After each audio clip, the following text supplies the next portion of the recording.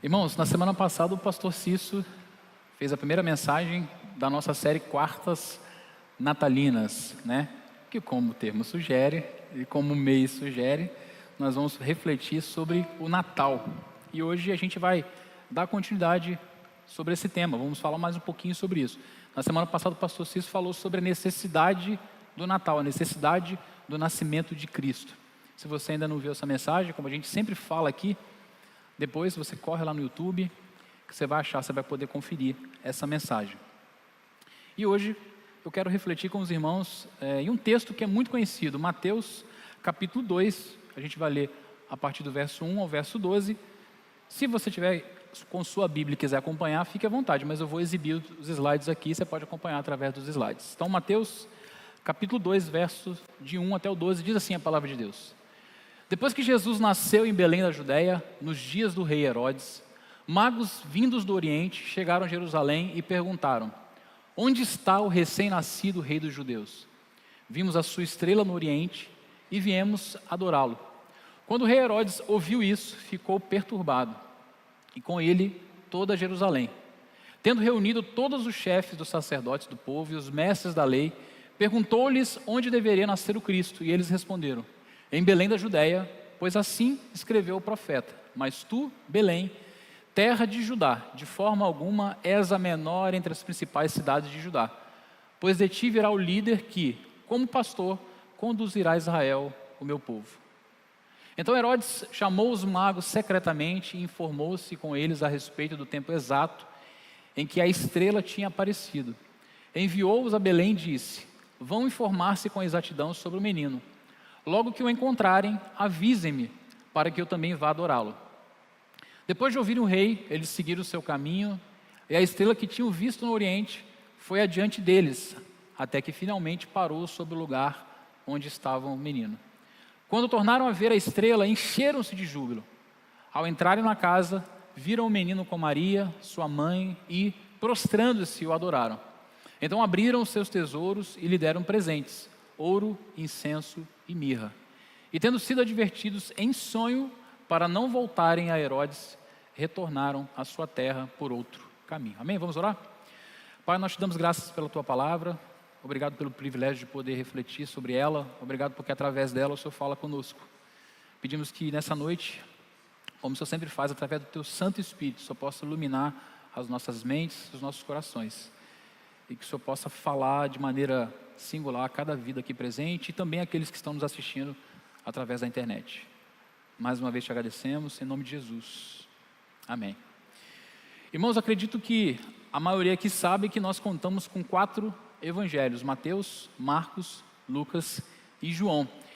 E esses 4 evangelhos são considerados as biografias de Jesus, apesar de eles não serem biografias no sentido moderno, obviamente. E um questionamento muito comum ao se estudar os evangelhos, quem vai ter ali os seus primeiros contatos com os evangelhos, é por que 4? Qual a necessidade de ter 4? Sendo que algumas narrativas são bem parecidas, né? Então, por que 4? E a resposta é bem simples. Cada um traz um enfoque diferente a respeito da vida, da obra e do ministério de Jesus. Mateus, por exemplo, o evangelho que nós vamos tratar aqui hoje, nós já fizemos a leitura, apresenta Jesus como o tão esperado rei dos judeus. O pastor Leandro Peixoto, um pastor batista, comentando sobre isso, disse o seguinte: Mateus escreveu o livro do rei.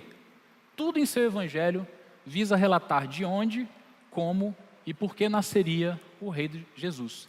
É um livro fascinante desde o primeiro capítulo.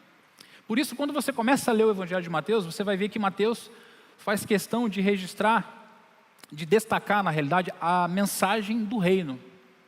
Mateus também faz questão de registrar as parábolas que ilustram o reino. E Mateus faz questão também de narrar os sinais que apontam para a chegada do reino de Jesus, através, obviamente, da vida e do ministério de Jesus, Rei dos Reis. Então, é muito importante que, ao lermos o evangelho de Mateus, nós tenhamos isso em mente, ou seja, se você nunca fez uma leitura dessa maneira, é interessante você pegar desde o primeiro capítulo, sempre lembrando que Mateus tem a intenção de apresentar Jesus como rei dos judeus, como o rei esperado que os judeus esperavam, né? E isso é muito importante de frisar, é muito importante, ainda mais nos nossos dias. E talvez você pergunte assim, mas por que é importante frisar nessa questão de que Mateus aponta para Jesus como o Rei dos Reis? E por que é tão importante ainda mais nos nossos dias? Eu te respondo. Nós estamos no mês de dezembro, o mês que tradicionalmente comemoramos o Natal. E o Natal só existe porque Jesus nasceu. Porque Jesus nasceu, nós celebramos essa data festiva ano após ano. Porém, acredito que todos vão concordar comigo, não é difícil de constatar que, tirando algumas pessoas que sabem o verdadeiro sentido do Natal, e algumas igrejas que nesse período se preparam para apresentar suas respectivas cantatas, seus musicais, as suas programações fazendo alusão ao nascimento de Cristo. Nós na Ibara vamos fazer isso aqui no próximo dia 24, né? A partir das 19h30, uma propaganda aí, ó, Natal brasileiro, não percam. Né? Então, tirando esse grupo de pessoas e as igrejas que fazem isso, hoje é cada vez mais comum nós observarmos um certo esvaziamento da pessoa mais importante dessa data, desse período, Jesus. Nas ornamentações, por exemplo, é cada vez mais comum se encontrar de tudo. Árvores, Papai Noel, renas, sinos, estrelas, velas, bolas, pisca-pisca, e cada vez menos símbolos ou objetos que de alguma maneira apontem para a pessoa de Cristo. Antigamente você até chegava em algumas casas, você via as ornamentações tradicionais, mas você via um presépiozinho, um bonequinho de Jesus deitado na manjedoura. Hoje está cada vez mais raro isso. Nos shoppings também, né? Raramente você vê isso. As famílias geralmente têm uma grande preocupação com os elementos da ceia e a escolha dos melhores presentes. E muitas delas se reúnem, se fartam, trocam presentes e muitas vezes sequer se lembram do aniversariante, Jesus. Tem sido cada vez mais comum também. Existem também aqueles que são completamente indiferentes a essa data. Quando chegam nesse período, é uma data como outro qualquer, é um mês como outro qualquer. Os filmes e as séries nesse período geralmente trazem uma história que é uma mistura de comédia com romance, onde os protagonistas tentam salvar o Natal, né? E a maioria deles nem sequer cita Jesus. Pastor Flávio que gosta muito desses filmes, Sara também, Sara está acompanhando tudo lá, mas é uma realidade, né? E essa variedade de comportamentos me levou a perceber o quanto muitas vezes eles refletem e mostram quem é Jesus para cada um, independente de ser Natal ou não. E o texto que nós acabamos de ler nos mostra que isso acontecia desde o início da vida terrena de Jesus. Desde o início do nascimento de Jesus ali, a gente vê diferentes posturas com relação a Jesus. E através desse texto, a minha intenção é que nessa noite a gente reflita e que a gente possa responder a seguinte pergunta: quem é Jesus para mim? Que é o título da nossa mensagem de hoje. Para Herodes, por exemplo, Jesus era um rival. O verso 3, a parte A diz: quando o rei Herodes ouviu isso, ficou perturbado. O rei Herodes aqui era Herodes o Grande. O Novo Testamento fala sobre 4 Herodes, mas esse Herodes é o Herodes o Grande.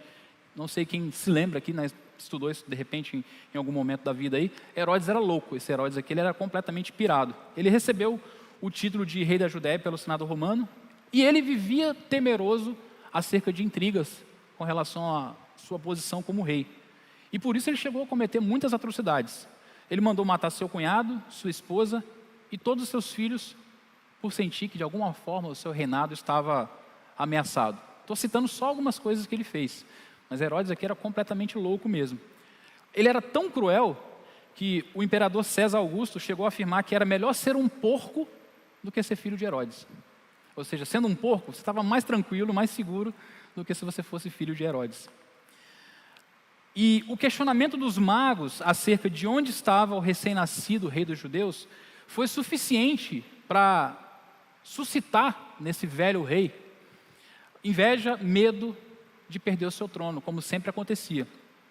William Hendricks, um importante teólogo, vai dizer que nesse momento Herodes se torna muito ativo, ele reúne, convoca, envia, perscruta, se ira, mata e então morre.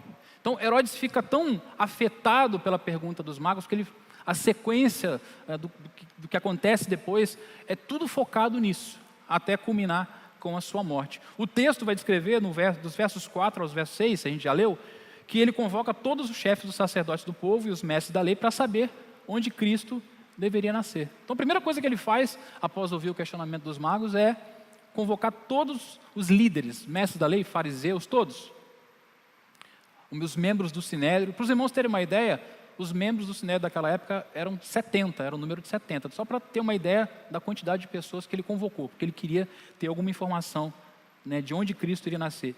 Em segundo lugar, o verso 7 diz que ele convoca secretamente os magos e os questiona a respeito do tempo exato em que a estrela tinha aparecido para eles. Eu quero chamar a sua atenção aqui para o secretamente. Ele convoca os magos, mas secretamente. Em terceiro lugar, o verso 8, na parte A, diz que de forma dissimulada, Herodes fala para os magos irem achar Jesus lá em Belém, e depois vocês me voltem até mim, falem onde ele estava para que eu também possa adorá-lo. Ele não tinha intenção nenhuma de adorar Jesus. Ele estava agindo de forma dissimulada mesmo para tentar obter alguma informação para matar Jesus. E por fim, após saber que foi enganado pelos magos, Herodes fica furioso e então, todos nós já sabemos a história, manda matar todas as crianças de 2 anos para baixo, idade provável de Jesus naquele momento. Isso porque, para Herodes, Jesus era um rival. Jesus ameaçava tomar o seu trono. E quando nós olhamos para os nossos dias, percebemos o mesmo tipo de atitude, o mesmo tipo de comportamento na humanidade. E muitas vezes até em nós mesmos.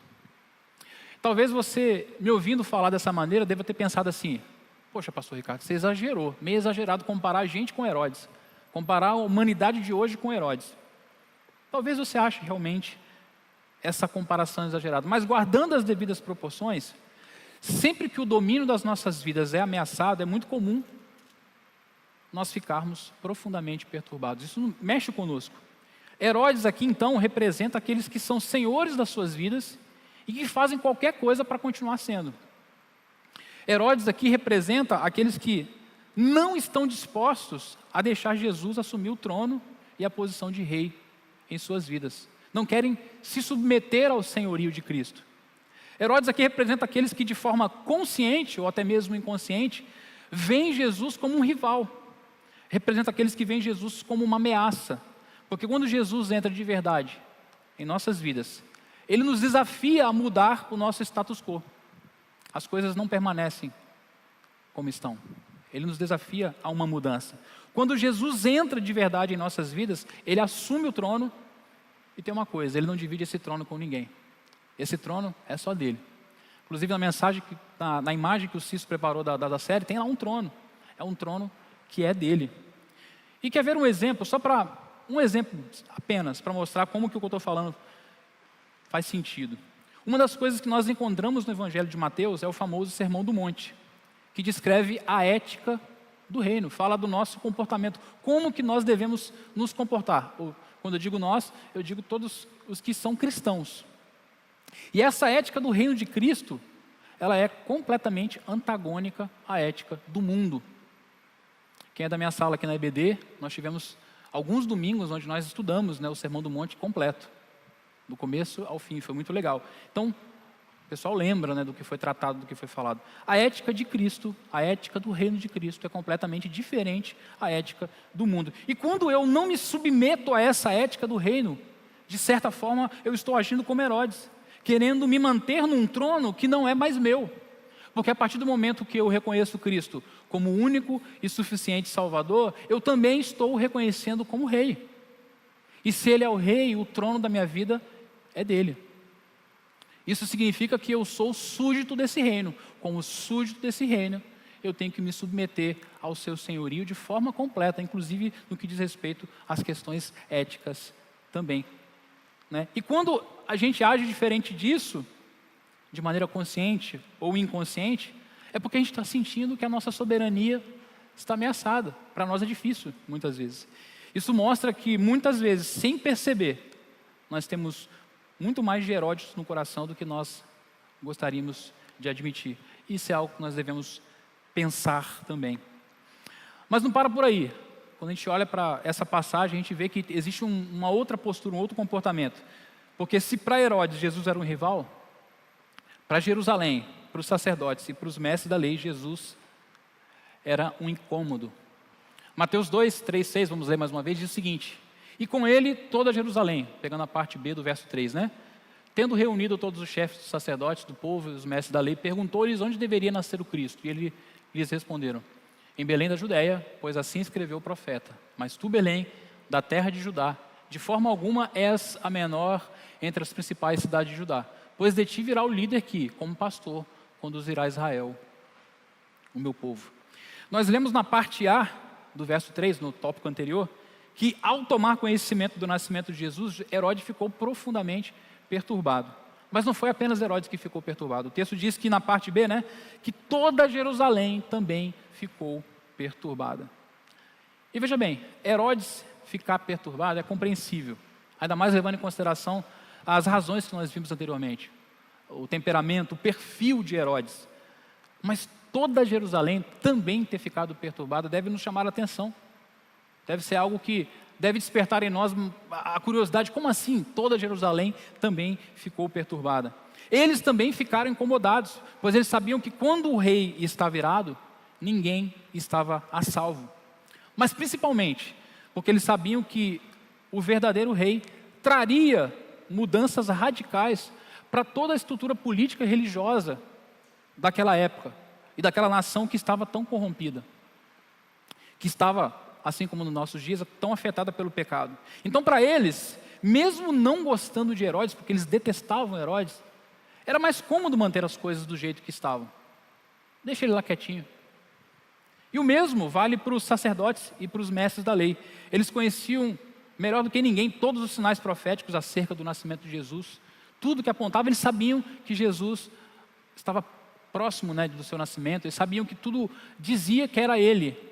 Mas o que acontece? Eles citam a profecia de Miqueias, que essa citação que eles fazem é uma profecia que foi proferida pelo profeta Miqueias 7 séculos antes de Jesus nascer. Eles citam essa profecia, mas eles não se movem.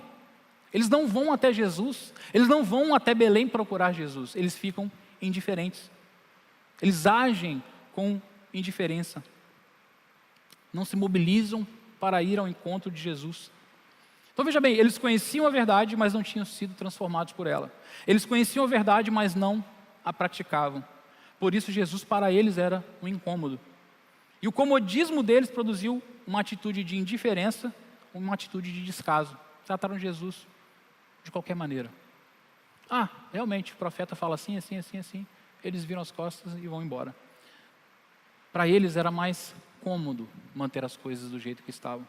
Até porque, apesar de ser um rei tirano, por razões políticas, Herodes ajudou na construção, na reforma, né, na restauração do templo. Templo esse que mais tarde se tornou um lugar de negócio nas mãos das autoridades religiosas de Jerusalém.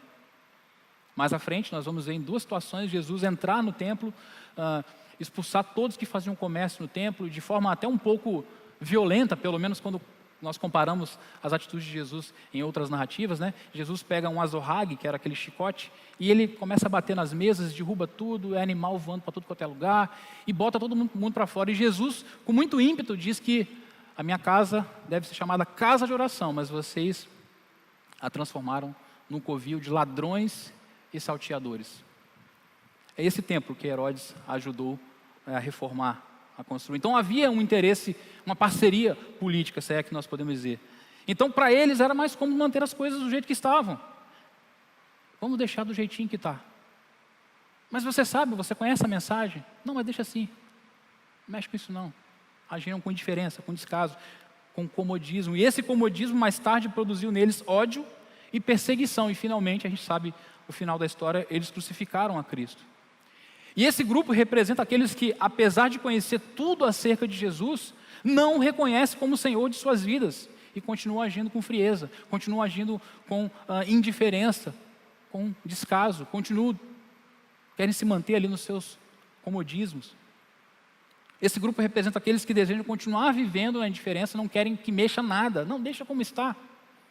Desejam continuar vivendo no comodismo, desejam continuar protegendo o seu modo de vida corrompido. Mesmo tendo conhecimento da verdade, não buscam a Cristo para adorá-lo. Representam aqueles que, mesmo conhecendo sobre Cristo, não tomam uma decisão. E por não tomar uma decisão, se tornam seus piores seguidores. Porque os piores inimigos, entre aspas, do Evangelho, não são aqueles que não conhecem a Cristo. São aqueles que de alguma maneira tiveram contato com a palavra, tiveram contato com a mensagem, mas que não dão bom testemunho.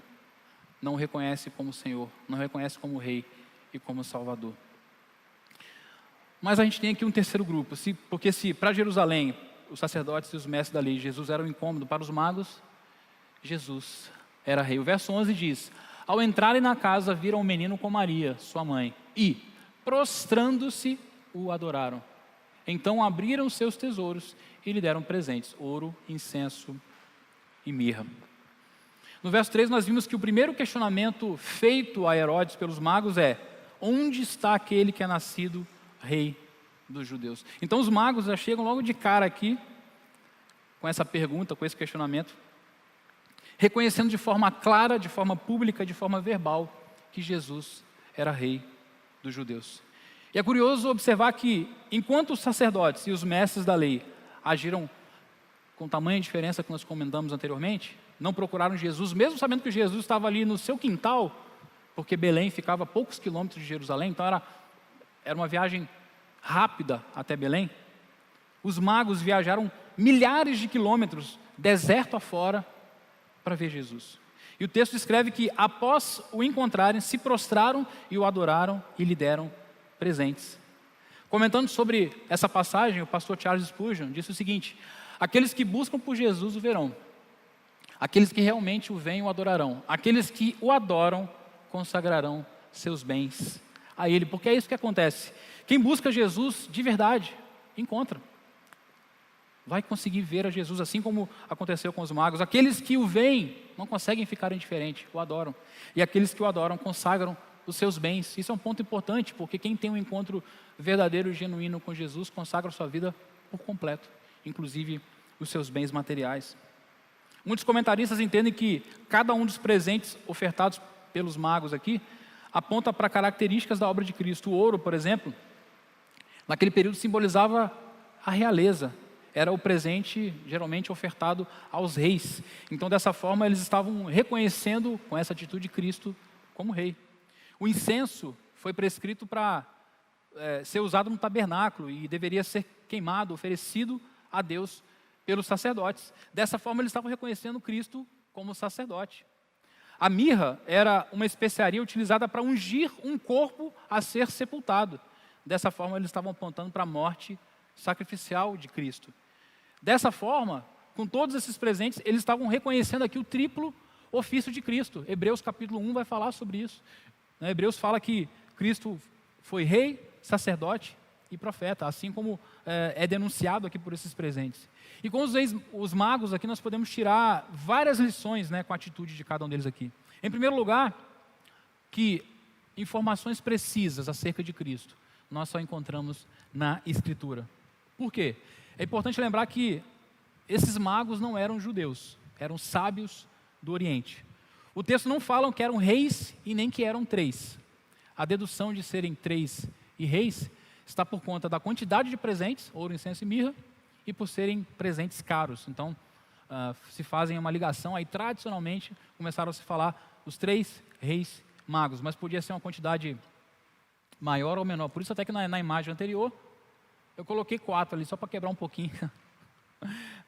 O texto não fala quantos eram. Então, não eram 3, o texto não fala, e nem reis. E também não eram magos. Aí talvez você fale assim, mas como assim, pastor? Na tradução fala magos. Sim, aí eu quero te explicar. Não magos no sentido moderno. Porque no sentido moderno, quando a gente fala de magos, a gente pensa o quê? Num bruxo, o cara que faz feitiço, magia negra. Harry Potter, o pastor falou aqui, e por aí vai. A palavra magos no grego, naquela época, tinha uma outra conotação. Eles eram, na realidade, o que a gente poderia chamar hoje de astrônomos, estudante das estrelas, dos astros. Não é à toa que eles estavam buscando Jesus por causa de uma estrela. Estrela essa que eles entenderam ser a estrela de Cristo.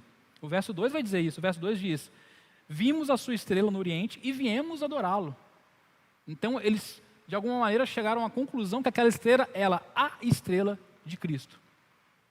E o curioso é que isso foi profetizado 1.300 anos antes de Cristo. Se você buscar depois aí Números 24, 17, o texto vai dizer: uma estrela surgirá de Jacó. É uma passagem profética apontando, né, para a vinda de Jesus como Messias. Então, eles buscam a Jesus, em primeiro lugar, a princípio, pela estrela. Mas olha que curioso, a estrela não leva eles até Belém. Já pararam para se perguntar por que disso? Leva eles até Jerusalém. Por que a estrela não fez o serviço completo e não levou direto para Belém? Porque Deus quer que a gente entenda que só através da sua revelação, da palavra dele, é que nós podemos obter informações precisas acerca de Cristo. Porque quando eles chegam em Jerusalém, eles falam da estrela: vimos essa estrela, a estrela dele, do rei dos reis, do rei dos judeus, e viemos adorá-lo. Herodes não tinha nenhuma resposta. Herodes chama então os líderes, as autoridades, os mestres da lei, os sacerdotes. Então eles citam para ele a profecia de Miqueias. Herodes manda chamar os magos novamente e fala: a galera que sabe tudo aí, da lei, falou que tem uma profecia lá que é assim, assim, assim, assim. Então, a partir dali, eles tomam conhecimento, então, através das Escrituras, da localização exata de Jesus. E, a partir daí, eles encontram a Cristo. Então, o primeiro ensinamento que a gente tem aqui é exatamente esse. Você quer ter uma informação precisa sobre Jesus? É na palavra de Deus. Muita coisa é dita sobre Cristo aí, na cultura, em livros e de forma geral. Mas você quer uma informação precisa? Vai na palavra de Deus. Inclusive, domingo passado foi o segundo domingo do mês de dezembro, é o dia da Bíblia, né, para nós batistas, né? Então foi comemorado o dia da Bíblia. Em segundo lugar, nós aprendemos com eles outra coisa interessante: eles não mediram esforços para ir até Cristo. Viajaram quilômetros no deserto, enfrentando o calor do dia, o frio da noite. Deserto é tenso. Nunca fui no deserto não, mas já li a respeito, já assisti National Geographic e já vi que o negócio lá é tenso. E eles passaram por isso, enfrentaram todas essas dificuldades para ir até Cristo. Isso nos ensina que na nossa caminhada cristã, nós vamos passar por dificuldades. Nós vamos ter dias frios e dias muito quentes, mas nós não podemos medir esforços para continuar buscando a Cristo. Em terceiro lugar, mesmo não obtendo respostas satisfatórias em Jerusalém, com Herodes, eles perseveram na busca para Jesus. Isso mostra que na nossa caminhada cristã, em busca de Cristo, a cada dia nós temos que perseverar. Não podemos desistir com facilidade. Em quarto lugar, ao verem novamente a estrela guia, eles se alegraram imensamente, porque eles sabiam que de alguma maneira aquela estrela tinha ajudado a eles naquele processo, né, de ir até Cristo. Em quinto lugar, ao chegarem na casa onde se encontrava Jesus, eles se prostraram e o adoraram. A palavra no grego ali para adorar é a palavra proskinel, que quer dizer se prostrar com reverência. Eles não se prostraram de qualquer maneira. Era apenas um bebê. Mas eles já tinham o entendimento de que aquele bebê era o Rei dos Reis, o Senhor dos Senhores. E por último, advertidos por sonho a não voltarem para Herodes, eles retornam por outro caminho, conforme o texto diz. Isso nos ensina que quem tem um encontro verdadeiro com Cristo não anda pelos mesmos caminhos, principalmente porque ouve a sua voz. A partir do encontro, eles eram ali, podemos dizer, novos na fé. Tinham acabado de ter um encontro com Cristo. Mas naquela mesma noite, Deus os adverte: não voltem pelo caminho, não vão até Herodes, voltem por outro caminho. E eles já obedecem. E às vezes nós temos tanto tempo de evangelho, de casa, de convertido, e temos tanta dificuldade de obedecer à voz de Deus, de obedecer à sua palavra. Então isso nos ensina. Eles eram novos ali, mas não tiveram dificuldade nenhuma de atender o direcionamento de Deus. E para concluir, eu gostaria de deixar aqui, como eu gosto de fazer, algumas perguntas retóricas para estimular a nossa reflexão. O que é uma pergunta retórica? É só para você pensar, não precisa responder em voz alta, não precisa responder para quem está do seu lado, é para você. É porque eu gosto de fazer isso. Eu, no meu fantástico mundo de Bob, eu gosto de lançar perguntas ao texto para tentar entender o que Deus está falando comigo, né? E baseado em tudo que nós vimos até aqui, qual tem sido, meu querido irmão, a sua reação a Jesus? Qual tem sido, você também que está nos assistindo através da internet, qual tem sido a sua reação para Jesus? Você tem tentado matar Jesus da sua vida de alguma maneira? Você tem agido em alguns momentos com indiferença com relação a Jesus? A presença de Jesus te incomoda, pois te confronta e te tira do comodismo? E o que você tem ofertado para Ele? E aqui eu não estou falando apenas de questões materiais. mas o que você tem ofertado da sua vida para Jesus? E a pergunta principal que dá título à nossa mensagem de hoje, que eu quero que fique ecoando na sua mente aí: quem é Jesus para você? Quem é Jesus para mim? E assim como a estrela guiou os magos do Oriente até Belém, nós estamos aqui hoje como igreja, na intenção de, através dessa mensagem, te conduzir, me conduzir, nos conduzir até Cristo. Por isso meu desejo, meu irmão, nessa noite é que você não seja como Herodes, não veja Jesus como um rival. Não seja como Jerusalém, como os sacerdotes e os mestres da lei, que apesar de conhecerem as Escrituras, conhecerem a palavra de Deus, agiram com indiferença. Não haja com indiferença, mas que você seja como os magos. Busque Jesus, o reconheça como rei, se proste perante ele e o adore. Amém? Eu quero te convidar a se colocar de pé. Como eu costumo fazer também quando eu termino as mensagens, quero que você reflita em tudo que foi falado aqui. Se você se identificou com algo, ore daí também. Você também que está nos assistindo através da internet, ore de onde quer que você esteja. Pai, mais uma vez te agradecemos pela Tua palavra. Obrigado, Deus, porque ela é o local onde nós encontramos as informações mais precisas sobre quem é Jesus. E ela nos mostra, nos revela que Ele é o nosso Rei, que Ele é o nosso Salvador, que Ele é o Messias tão esperado, que Ele é o Filho de Deus, o Filho do homem, a raiz de Davi, que Ele é aquele que muitos e muitos séculos atrás foi profetizado, que Ele é o Deus encarnado, que um dia se humilhou, se esvaziou de si mesmo para morrer por cada um de nós, para sofrer numa tosca cruz. E nesse período a gente costuma celebrar o seu nascimento. Então, Pai, eu te peço que, diferente de como acontece com a sociedade de forma geral, e até mesmo na vida de muitos daqueles que já te conhecem, que nós possamos lembrar disso, que nós possamos refletir, que essa pergunta, quem é Jesus para mim, possa ecoar no coração de cada um de nós aqui nessa noite, que possamos parar, refletir e pensar,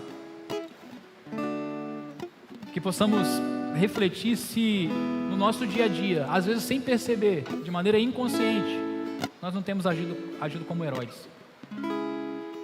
Talvez não literalmente, obviamente, mas não temos reconhecido a Jesus como Senhor das nossas vidas, como Rei dos Reis. Não temos nos adequado à ética do seu reino. Não temos deixado que os seus ensinamentos mudem a nossa forma de viver. E muitas vezes, Pai, a gente age como Jerusalém, como os sacerdotes, como os mestres da lei, que mesmo conhecendo a Tua palavra, às vezes nascendo num lar cristão, às vezes tendo sido batizado, casado dentro da igreja, mas ainda assim agimos com indiferença. Ouvimos palavra após palavra, aulas de EBD, sermões atrás de sermão, mas a nossa vida não muda. Agimos com indiferença, Pai. Que o Senhor, através do Teu Santo Espírito, nos leve a ser como esses magos, que mesmo não conhecendo, não tendo o conhecimento da totalidade da Tua palavra, eram sábios do Oriente, não tinham acesso à Tua palavra, mas demonstraram uma fé muito maior do que muitas vezes a gente demonstra. Se esforçaram, Senhor Deus, para chegar, para achar Jesus, já reconheceram Ele como Rei logo de início, e ao vê-lo, se prostraram e o adoraram. Gera esse mesmo sentimento nos nossos corações, mas não uma única vez, que a cada dia nós possamos nos encontrar com Jesus e ao vê-lo, possamos dobrar os nossos joelhos, nos ajoelhar e reconhecê-lo como Rei, como Salvador, como profeta, como aquele que veio redimir os seus filhos. Te agradecemos mais uma vez. E agora, que a graça soberana de Jesus, o amor de Deus, nosso Pai, e as doces consolações do Espírito Santo de Deus, seja com essa igreja e com toda a igreja de Cristo espalhada pela face da terra. Em nome de Jesus. Amém.